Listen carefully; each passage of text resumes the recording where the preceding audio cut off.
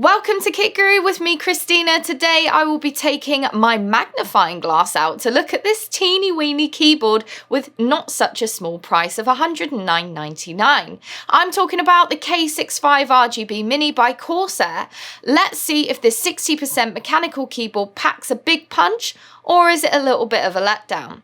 Just remember, for us to bring you the latest honest reviews, we really need you to hit that sub and like button. And if you get the time, please check out our merch too. You'll be surprised as to what you find there. Inside the box, we have the 1.8 meter detachable cable, which is a standard size. The cable is a stiff braid, but it doesn't seem to hold kinks, which is a bonus, and it definitely doesn't tangle. It attaches to the keyboard with a USB-C connection and ends in a USB-A.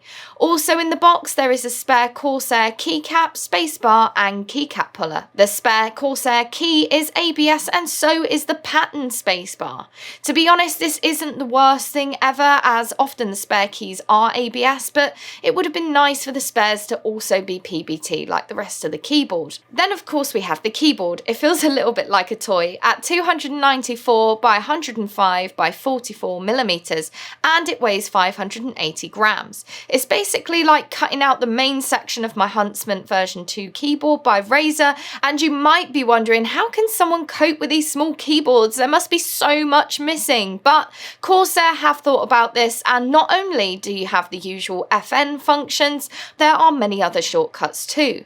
If you tip the keyboard slightly, you can see all the shortcuts along the side of the keycaps. You have your usual F key functions as mentioned along the number key line, which you activate by pressing the FN key and the desired F key. But you also have some special features such as the mouse control. Yes, you heard me right. You can control your cursor, direction, speed, and even left and right click, so you don't even have to have a mouse. There are also full-size shortcuts, which includes things such as control over the arrow keys. You also have shortcuts for missing keys such as delete, home, end, page up, page down, etc. Literally, there isn't anything you're losing here that you would probably see on a full-size keyboard. Windows shortcuts help you do things such as Control-Alt-Delete or Alt-F4 for instance, and on this topic you can also record macros on the fly using shortcuts, so you can add even more options for convenience. Now, this could have been really complicated to use, but with those graphics on the side of the keys, it does mean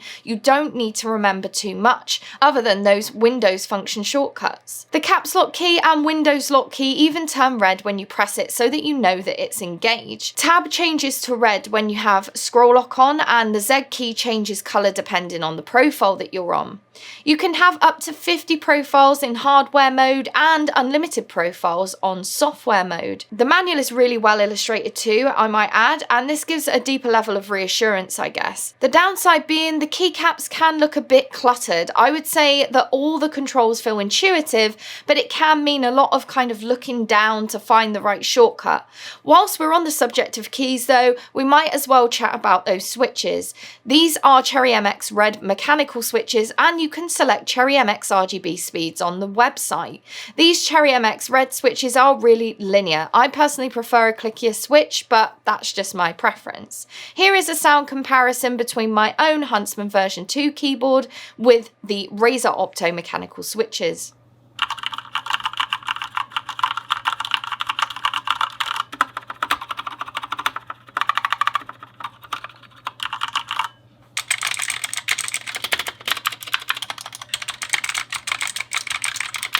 Behind the scenes, we have that 8000 Hz Axon Hyper processing technology, which is incredibly fast. I found playing games and even general use with this keyboard is a pleasure. And to be honest, there was no mental recalibration needed for me, as I was able to kind of just jump straight on and use it as if it was my own keyboard. This is most likely also down to the fact that the keys themselves are full size too, so just in case you were wondering. The only thing I would have liked to have seen is some flip out feet for adjustable height. Some might be fine with this as it sits slightly higher than my own Huntsman at 4 feet extension, but some flip out feet would have been nice because then you can lower the height if need be.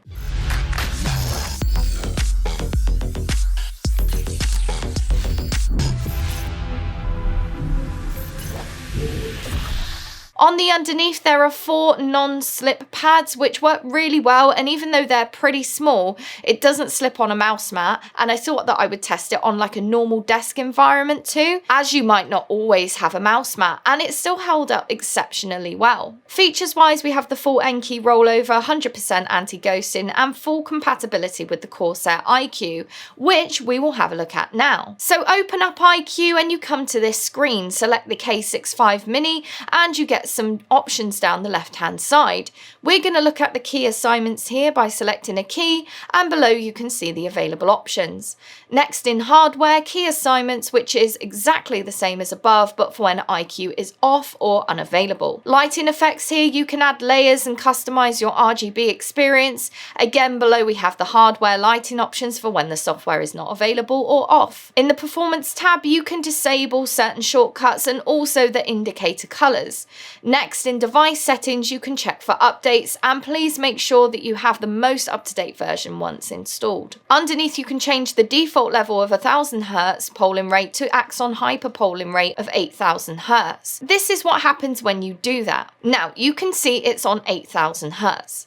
Underneath we have brightness, etc., as well as onboard memory for profile creation. Just click the plus button and another profile will be created. Just to mention, as we're on the topic of lighting and such, it really is vibrant, and with the individually lit per key backlighting, it creates a continuous light all around the keys, and the font lets the light through well too in both day and night. If you want a more muted look, of course, you can use the PBT spacebar, which is kind of blackout, but I love the ABS one just because the RGB comes through so well. There is one other thing that I was a little worried about, and that is the all plastic build. I was worried there might be a compromise in build quality, but I can confirm that there is no flex at all, whether pressing down or trying to bend it with both hands.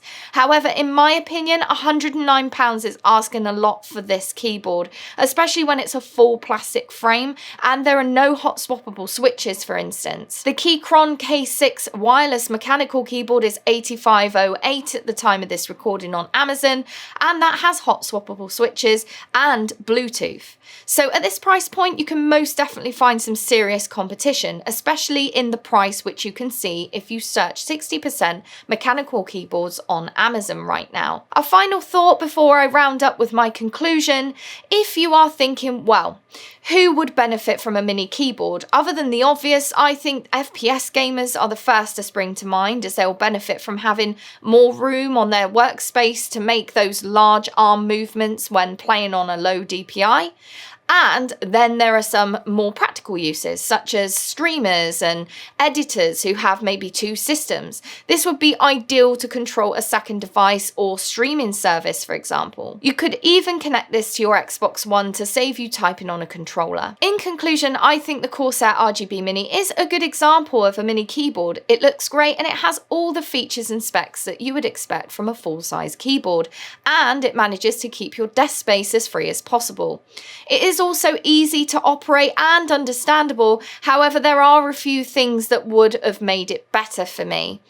Having a wireless capability and hot swappable switches would have been nice, and for the price point it would have made this a great all-rounder, but there is currently a few small keyboards that have more features for this price point. Also, it would have been nice to see not an entirely plastic construction, just maybe add some further rigidity and texture if they had like an aluminium plate, for example. Also, obviously there is that risk of having to bend down to look at those shortcuts every now and again. It could become slightly inconvenient, but you might remember them in the end. So have you got a mini keyboard? I want to know how you think the K65 Mini stands up against the current competition.